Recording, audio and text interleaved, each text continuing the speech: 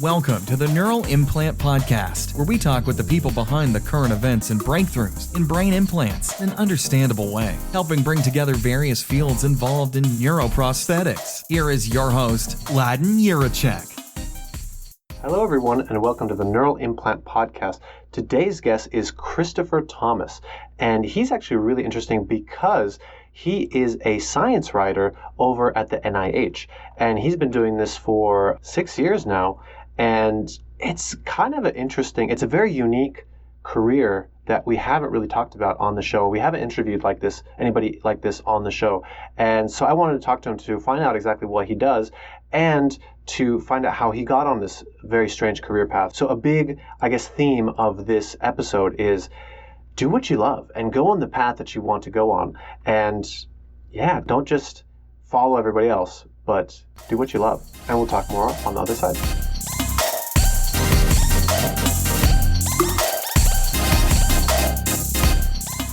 Chris Thomas, it's a pleasure to have you on. We've actually talked before, and I really like it. And the reason I have you on is because you're working at the NIH as a science writer, and you're kind of there to disseminate everything that the NIH is doing to the broader audience. But you're also highly educated. You did a postdoc and all this kind of stuff. So I really wanted to highlight this kind of alternative path. You don't have to only become a professor. You don't only have to go into industry. There is this random thing that you can do, which is NIH science writer. Do you want to introduce yourself and talk a little bit about what you do? Right. Yeah. So I'll just expand on the introduction a bit. Yeah. My name is Chris Thomas, and I'm a science writer at the National Institutes of Health. And just so that we're all, you and your listening audience is on the same page, the National Institutes of Health is basically the U.S. government's medical research funding agency. The U.S. taxpayer pays their taxes. Congress gives some of that money to the National Institutes of Health, and then we help fund research throughout the country and some throughout the world. We receive just over $30 billion a year. We are made up of 27, institutes and centers. So that's why it's called the National Institutes of Health. Each institute or center is basically focused on a disease or a body part. So we have a cancer institute, we have an eye institute, and I work in the Neurology Institute, or what's formerly called the National Institute of Neurological Disorders and Stroke. And I work in our communications office as a science writer and press team lead. So what my primary job is to educate the public through the news. A lot of that is trying to cover the news, meaning to cover exciting upcoming studies that the public might want to know about. So me and the team of writers I work with, we're constantly looking for new NIH-funded studies that are about to be published. And our hope is to write them up as a story in a form of what's called a press release. And then we publish them online for the public to read, and we use them to try and get reporters to cover them on their own. And then the other part of what we do is we work with reporters. And if our discussion is partly about alternative careers in science, I guess my basic message to the scientific community is it's okay to leave the lab. Nice. It's safe out there in the wild world, right? In the dangerous world. In fact, in my experience, there were many more opportunities than I had ever imagined to not only use my training and interest in neuroscience, but also some other skills that I didn't necessarily use in the lab that I either adopted in, life or I just was born with. So it's a fun doing the science writing, trying to translate research to the public in plain English and in a clever, fun way, I find to be very satisfying and enjoying. I'm a huge believer in the NIH's mission, and I really like that I can use all my skills and talents to help do that. Fascinating. So are you the one responsible for clickbait article titles and shrimps running on treadmills and this kind of stuff? That's an interesting question. Yes, we do. When you write a news story, you have to you have to try and go for the broadest audiences possible. At the NIH, we really believe in trying to give people the most thoroughly vetted news that they can get. And we hope that our versions of the news are some of the most trusted that they can read.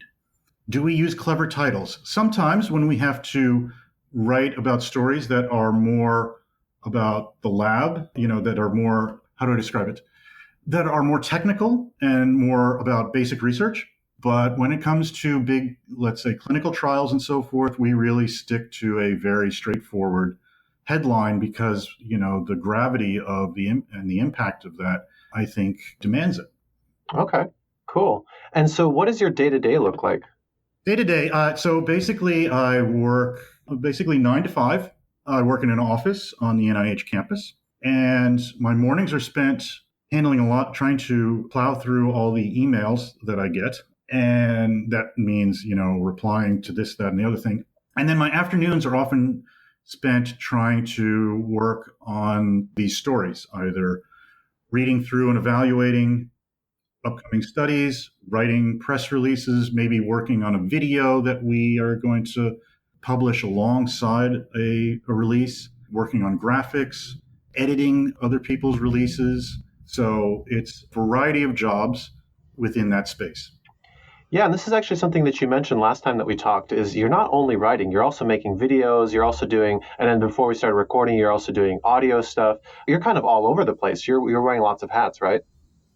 Yeah, we try. We have a small office. And as you know, doing a podcast, when you work on different types of ways to tell a story, they take quite a bit of time, especially video and audio. But the nice thing about the news nowadays, especially because of the internet, is that you can produce all these things relatively cheaply.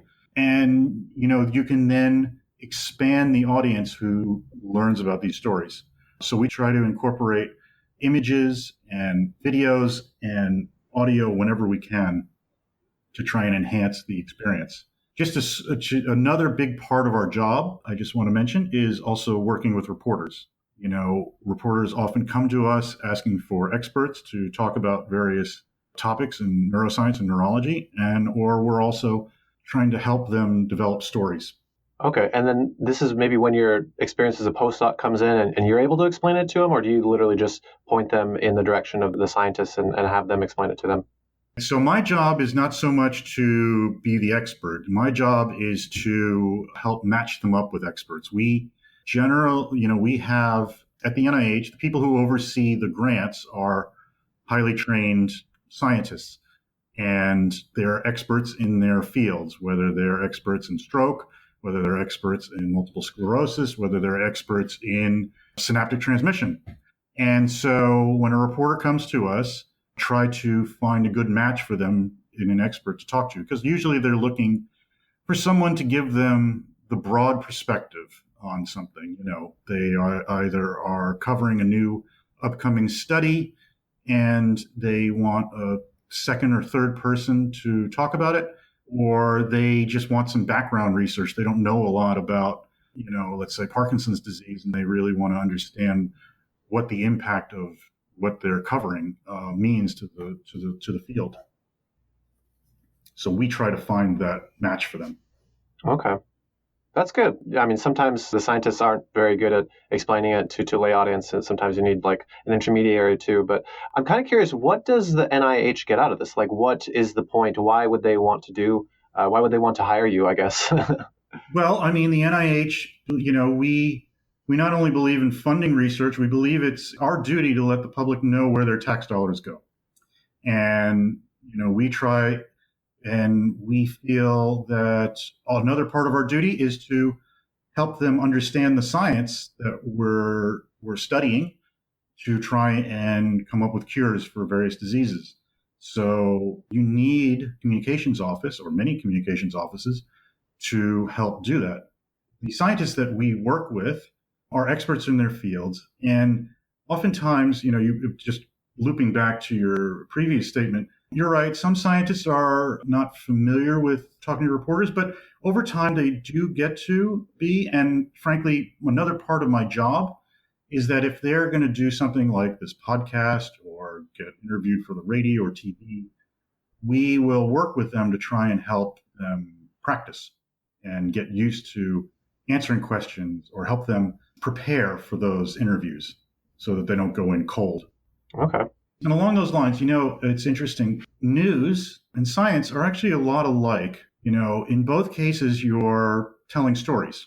Scientists are generating information, and then when they, through their experiments, and then they have to take that information and create a story out of it so to make people understand what its meaning is. And it's kind of interesting to watch reporters because they do kind of the same thing. There's all these stories out there, and each one of them has to find a unique and interesting way to tell it. And so I often see those same kind of skills being used in both fields. Yeah, that's definitely for sure. I mean, most people don't think of scientists as storytellers, but that's absolutely true. And this is what I felt when I was writing my master's thesis was, I didn't know the story going into it. And it was only as I wrote it, I'm like, okay, I kind of figured it out and I kind of formulated something, a narrative to bring all the experiments together. So that's surprisingly important. So I have a question, actually. What are some, I guess to use like corporate speak, key performance indicators, KPIs, or what are your success markers? How do you know if you're doing a good job? Well, we are constantly trying to analyze how well our stories are doing, either by how often they get picked up in the news or how much or how often, or at least parts of them, get used in the news. So, when we do a press release, it usually makes some kind of news. And, thanks to Google and some other services that we work with, we can search for how that press release was used. Was it just the basis for story that a reporter went on and covered their own story? Did they maybe take bits and pieces of our press release and use it in their story? Did they pull a quote that we put in there from one of our experts and use it in that story? So that's how we're constantly trying to evaluate if we're getting our message out. A new way is social media. We're just starting to.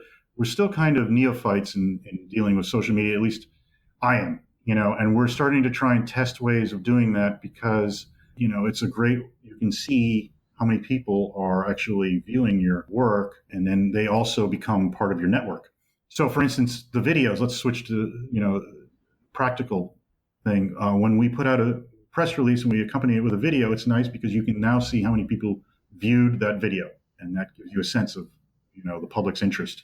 Okay, that definitely sounds good. Definitely the future, I guess, but get away from the print side of things. Yeah, very cool stuff. So actually, last time we talked too, I was very surprised by how many people were working in your lab, but you kind of suggested too there might be more people or more offices doing what you do in different branches as well? Yes. So I think there are 11 or 12 people who work in my office, the communications office. There are 3 of us who are directly involved in the news, maybe 2. And then we have 2 other bosses who we also consult with and who work with us on various decisions and reviewing the releases and stuff. And then the rest, actually, we are probably the thing that the public comes to us most for we publish what are called disease fact sheets. And these are basic descriptions of the various disorders that are in our portfolio. I think we have over 300 neurological disorders that fall into our institute. And so we have online a description of each one, or most of them. And we really believe that is, once again, a trusted gold standard source for people to learn about these disorders. We also go to various meetings to try and help the research community learn more about where, our programs, meaning how we fund research and what their opportunities are. Or we go to public meetings. For instance, I have the pleasure of going to the National Science Teachers Association conference every year. And we have educational materials, all kind of a set of brochures that basically describe the brain at various levels. And we also bring our disease fact sheets. And it's amazing. These science teachers, they love it. We go there with hundreds of pamphlets, and in 3 days, they're all gone. And these teachers are just so enthusiastic and they love science. It's just really, it's encouraging to see.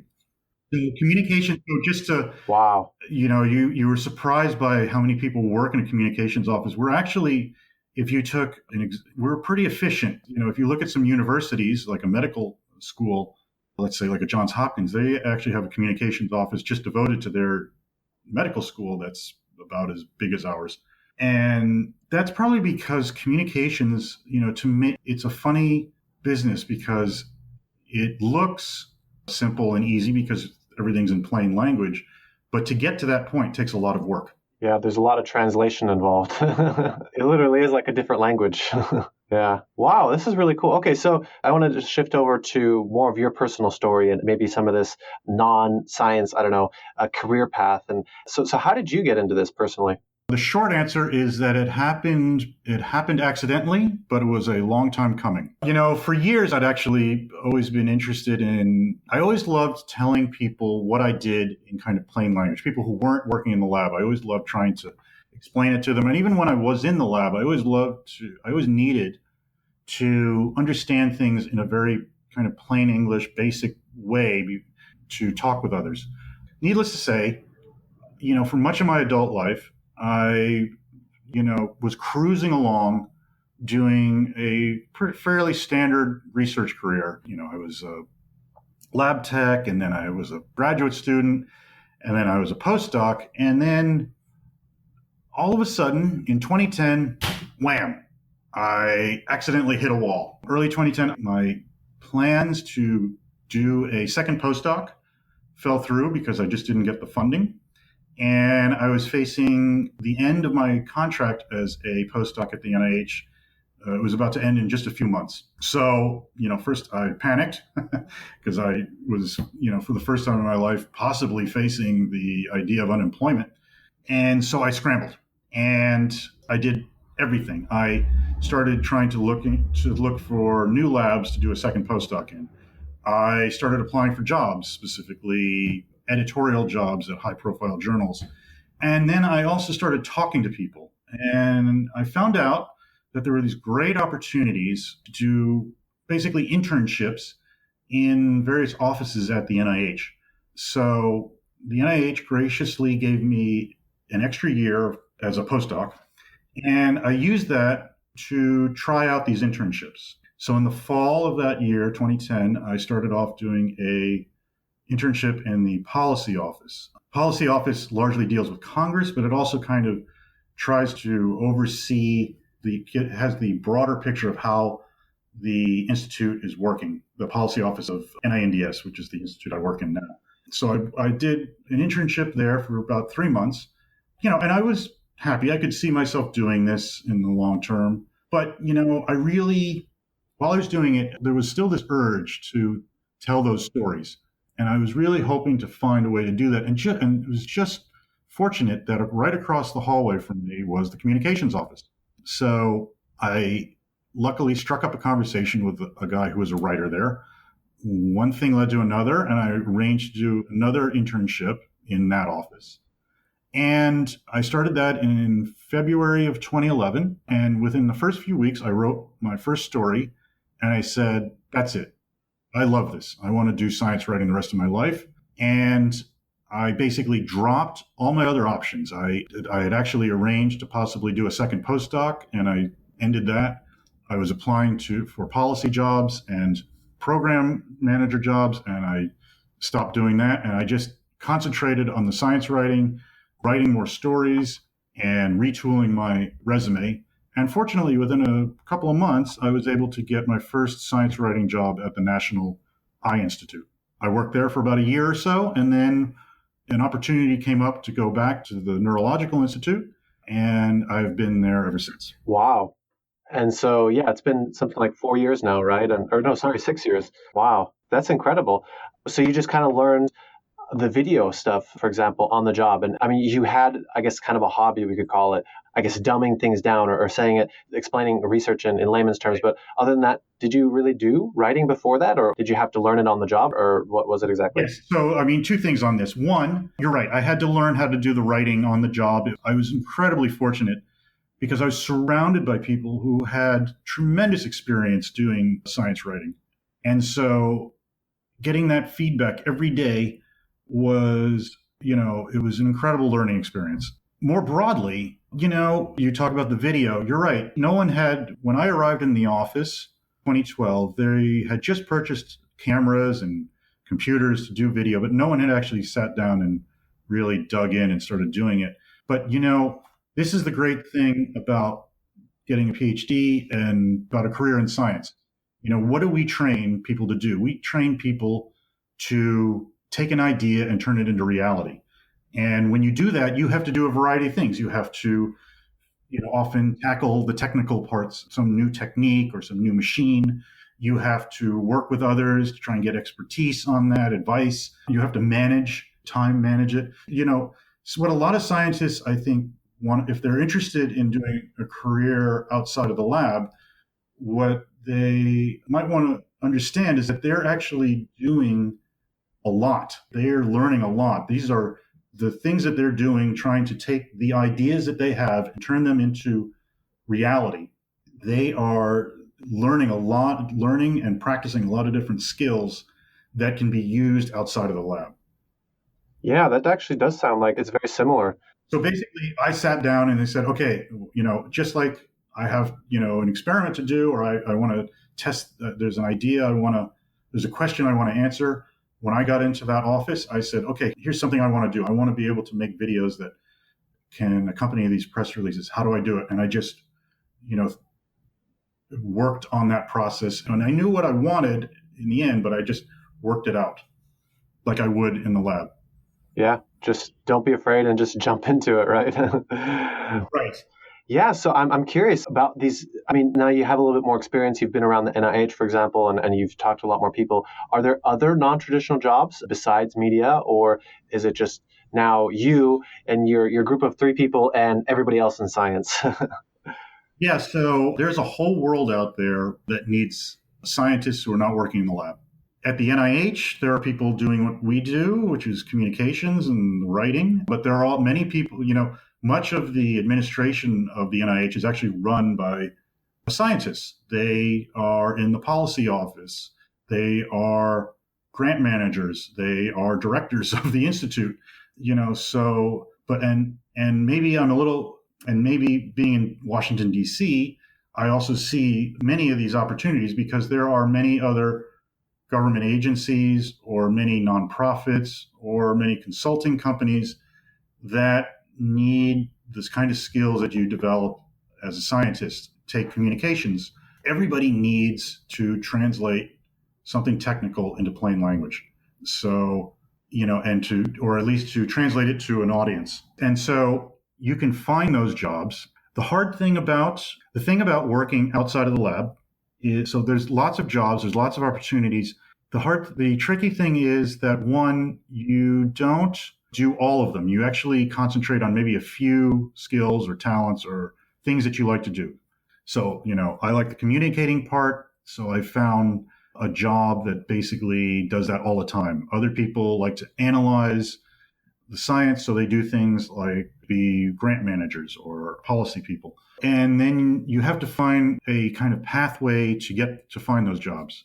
And that requires a little bit of work and hustle, but they're out there, at least in my experience. Nice. So do what you love. Don't settle for anything less. Well, at least, and that's the other thing is that if you're someone who does want to try to work outside of the lab, it's a lot of trial and error. During that year, when I was trying to figure out what to do, everybody was telling me you should become a program director, you should work in policy. And I could see what they meant. But I could tell when I was applying for jobs in that and getting interviews, and I could tell that in the interviews, my interest in it wasn't coming through. My basic message was I need a job. But when I would interview for writing jobs, boy, you could really sense it. I had a passion and a conviction to do science writing, and I think that helped.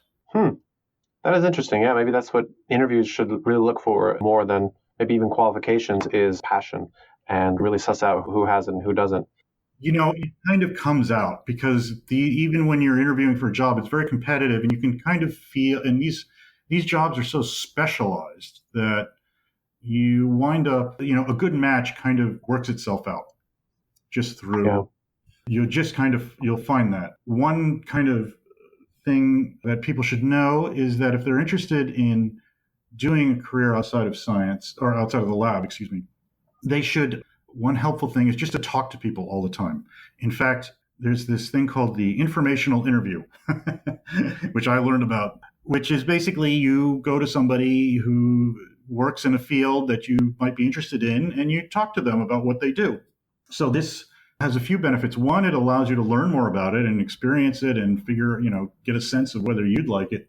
And two, if ultimately you wind up, or by chance, it's a place that you would maybe want to work at, it gives you an opportunity, a connection or a networking connection to have when you apply for a job there.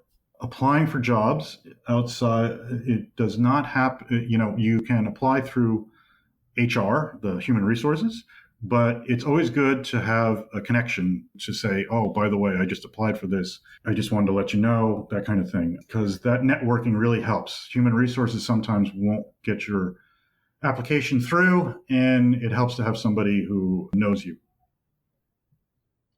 Yeah, definitely. Actually, that's a little bit of the point of this podcast too, was to do informational interviews and find out where I wanted to work, who I liked, and all this kind of stuff. But an addendum to this that I would say, I think it's excellent. It's a really good way to do things. But you also can't be expecting anything, or you can't be wanting anything. You can't go into it being like, I want a job from this person. It really is just like a zero stakes, like I just want to learn information. And then later, if you do decide, hey, I want a job, then that's what you might pursue later. But yeah, it's completely, low stress, zero stakes kind of thing. Yes. Cool.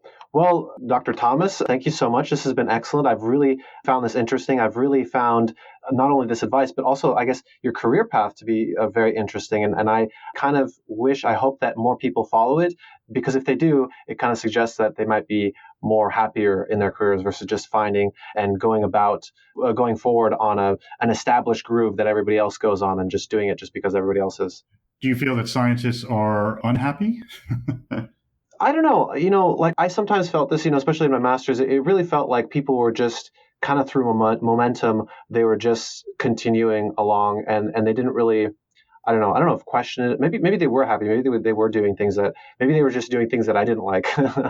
But, like it was, I don't know. It didn't seem like there was so much self-reflection.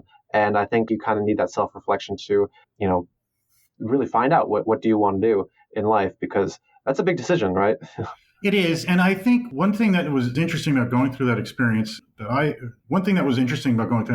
was I saw that, it's amazing. People, the scientists, grad students, postdocs around the country, around the world are working at an incredibly high level, doing incredible things every day. And yet, because they're all together and they're working with other people who are doing incredible things, it can feel sometimes like you're not. So I think one of the great things about working outside of the lab is you get to sit back and in hindsight say, wow, I was studying how brain cells talk to each other. And that's pretty amazing. And I can use those skills in other ways. Yeah. Definitely. It really is only when you talk to the layperson that you find out, and that like how amazing it is, because you do get kind of in your own little bubble, and then you become normalized to that bubble, and everybody is amazing. And it definitely is good to have tons of smart people around and just people that will constantly be improving you. But that's also not real. That's also not like the real world. So I completely agree with that. Yes. So one of the things that I love about my job is I just get to see all the great creativity that's going on around the country, around the world, and talk to people who, just come up with some of the coolest ideas, or some of the most important ideas for trying to ultimately tackle some of the worst diseases out there. Excellent. Any final words? Any parting thoughts? No, I think that's about it. Once again, if you're interested in leaving the lab, it's okay, but it's also good to stay in the lab. I guess that's the message.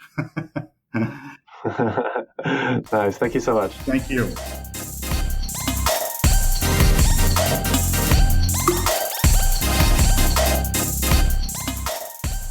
Hey everybody, hopefully you enjoyed that. Yeah, I really liked it. I thought it was very interesting, like alternative career path and, kind of the way he got there and just being able to follow your own passion, follow your own dreams. I mean, that is one thing I guess that I didn't like or that kind of worries me about that is actually, he said, okay, there's like 15 people working in the office, but really only 3 people that are doing kind of what he's doing that are media consultants or media directors or something like this.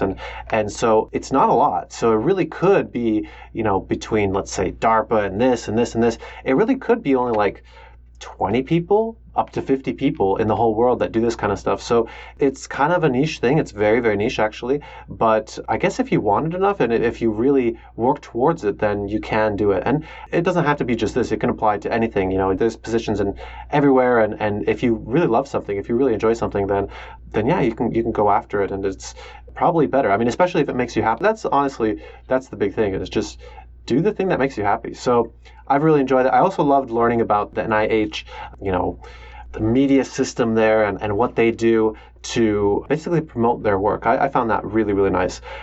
So hopefully you enjoyed that. And yeah, we'll talk next time. Hope you enjoyed the show and were able to learn something new, bringing together different fields in novel ways.